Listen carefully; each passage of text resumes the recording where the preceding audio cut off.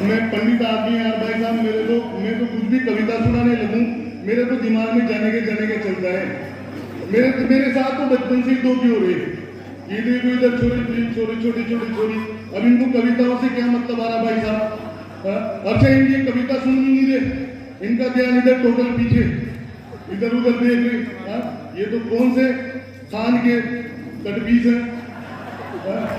कौन से थान के? तुम्हारी कसम इधर कटपीस इतने तगड़े, थान कितना तगड़ा होगा यार। बहुत बढ़िया चल रहा है भाई साहब, प्रणाम करता हूँ आप सभी को। मैं बहुत बड़ा कवि हूँ। हाँ, मैं यहाँ आगे ऐसा जाऊंगा तो ये मत सोचना कि यार ये छोटा मोटा आदमी है।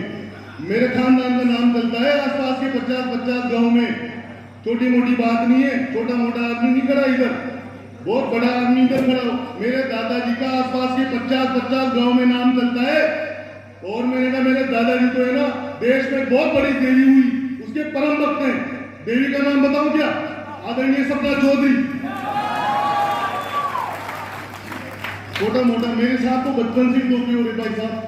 मेरे साथ तो भाई साहब मेरी होने वाली सासू ने धोखा कराया यार।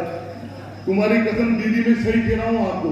मैं पहली बार छोरी देखने गया, सही आपको ही कह रहा हूँ, मैं सही कह रहा हूँ। मैं पहली बार छोरी देखने गया तो वो ऐसे चाय लेकर के ट्रेन में उतर आई तो मैंने देखा यार, मैंने कहा आइटम तो ठीक ठाक है। और मैंने कहा यार अपन पंडित आदमी, ज्यादा दिमाग में जल्दबाजी मत करो यार, कोई मतलब नहीं आ रहा। तो मैंने इस स्टाइल से मेरी होने वाली सासू से पूछा भाई साहब, मैंने कहा आंटी जी कहाँ? मैंने कहा एक दो मॉडल और तो दिखा दो। तो उन्होंने कहा कि नहीं सबसे बढ़िया मॉडल यही है। तो अपन उलझ गए भाई साहब। पहली बार देखने गया तो वो पसंद आई, लड़की जोरदार लगी, मेरा रोका हो गया। और चाशनी में डूबी जलेबी सी बड़े खाए लगी, जोड़ी कंप्लीट भाई, काम चौका हो गया। शादी बात जैसे ही दोबारा ससुराल गया, मामला समझ आया भाई, मौका खो गया। और देख के मलाईदार तीन सालियों को सासू जी को बोला मेरे साथ धोखा हो गया। भाई साहब मैं परेशान आदमी, मैं तो मेरी सासू से परेशान भाई साहब, सही कह रहा हूँ मैं। जब भी मैं ससुराल में जाऊँ भाई साहब, मेरी सासू मेरा दिमाग खराब कर दे।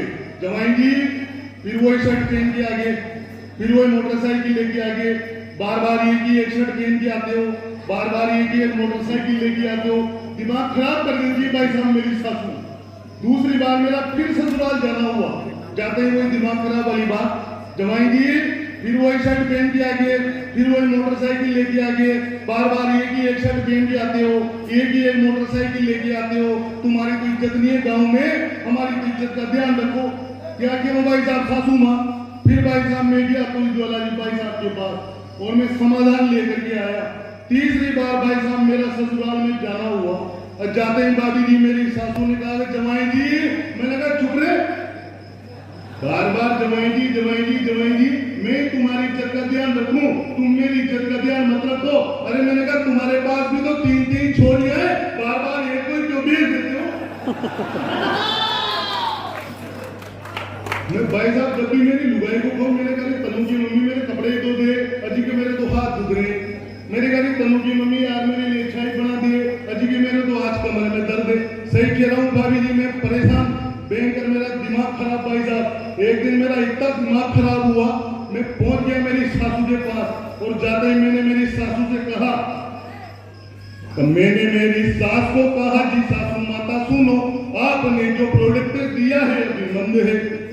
तो मैंने मेरी सास को कहा जी सासू माता सुनो, आपने जो प्रोडक्ट दिया है अभी मंद है, सर्विसों में मांगता है बार बार खर्चा ज्यादा, खरीदे हुए तो अभी हुए दिन चंद है, कंपनी का लाभ नहीं मिल पा रहा है मुझे, दूसरा प्रोडक्ट दे दो काम सारे बंद है। सासू माता बोली अब कहां से लाएंगे प्रोडक्ट, सन्मान में से कंपनी का काम बंद है। बजा बजा आ रहे हो तो दोनों हाथ उठा करके तालियां बजा करके बताओ यार। भाई साहब मैं तो क्या कहूँ, वो वीरस की पड़ गया। दो कोटि के लोग भाई साहब अपने देश में आकर के कहते हैं मेरे देश के हिंदुओं से, मुसलमानों से, सिखों से, ईसाइयों से बहुत प्रेम करता हूँ मैं, लेकिन जब 2-2 कौड़ी के लोग अपने देश में टीवी चैनल पर आकर के विनीत भैया ये कह देते हैं कि चाहे तो आप मेरी गर्दन पर छुरी रख दो, लेकिन मैं भारत माता की जय नहीं बोलूंगा। अगर ऐसे दुष्ट लोगों को मैं कहीं न कहीं 4 पंक्तियों में जवाब दे दूं, तो फिर मुझे पूरा पांडाल, पूरा झालरा पाटन दोनों हाथ उठा करके तालियां बजा करके बताना कि पंडित कवि देवेंद्र वैष्णव, तूने ऐसे दुष्ट लोगों को बिल्कुल सही जवाब दिया है। सुनिएगा, तुम मछली की आंख भेद पाए वो ही पार होगा, चक्रव्यूह तोड़ने को अभिमन्यु बोलेगा। मछली की आंख भेद पाए वो ही पार होगा, चक्रव्यूह तोड़ने को अभिमन्यु बोलेगा। और भुजाओं में बल जिसके भी होगा हाथियों का, दुशासन की छाती के द्वार वो ही खोलेगा। सत्य की परख जिसको भी हुई आज तक, अश्वत्थामा हतो युधिष्ठिर ही बोलेगा। और 4 बाप वाले के तो वश में नहीं है बात, भारत मां की जय तो एक बाप का ही बोलेगा। भारत माता की, भारत माता की। ऐसा 2-2 कौड़ी के देश यार, क्या औकात है इनके सामने यार, क्या है झालरा पाटन वालों के सामने। वो चीन देखो 2 कौड़ी का आइटम बताओ यार, बार बार देश की सीमा में घुसने का प्रयास करता है, टिंगू मिंगू बावड़े कहेंगे, क्या लड़ेंगे रे अपन से यार भाई साहब। तो देखो पाकिस्तान जितना 12 महीने का बजट होता है ना, उतने के तो झालरा पाटन वाले अपने बच्चों को डायपर देना देते हैं। ये पाकिस्तान।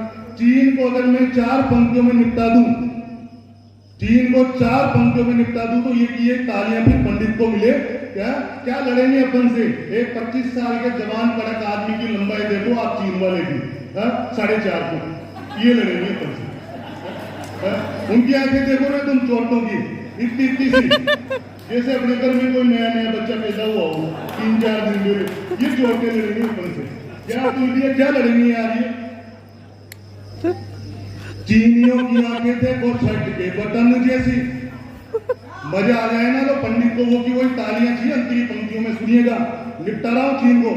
तो चीनियों की आंखें देखो शर्ट के बटन जैसी, मानो इंडिया में नवजात पैदा हुए हों, और लंबाई में लगेंगे वो केवल 4.5 फीट। लगता है खेत में चने के झाड़ बोए हों।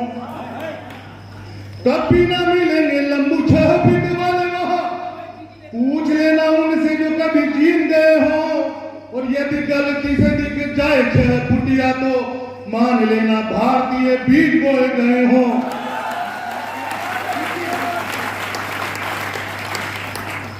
तो पाकिस्तानियों को कम मत ना तो भारतीयों, एक बंदा उस देश का फौलाद है।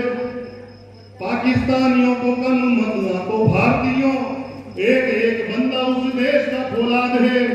ना दबेगा ना डरेगा, जो भी करना है करो, मेरी मानो वहां बड़े से बड़ा जल्लाद है। जो भी नस्लें पैदा हुई है वहां मेरे भाई, इंडिया का पानी और इंडिया की खाद है। और डीएनए करा लो टेस्ट, पता लग जाएगा रे, पाकिस्तान इंडिया की नाजायज औलाद है।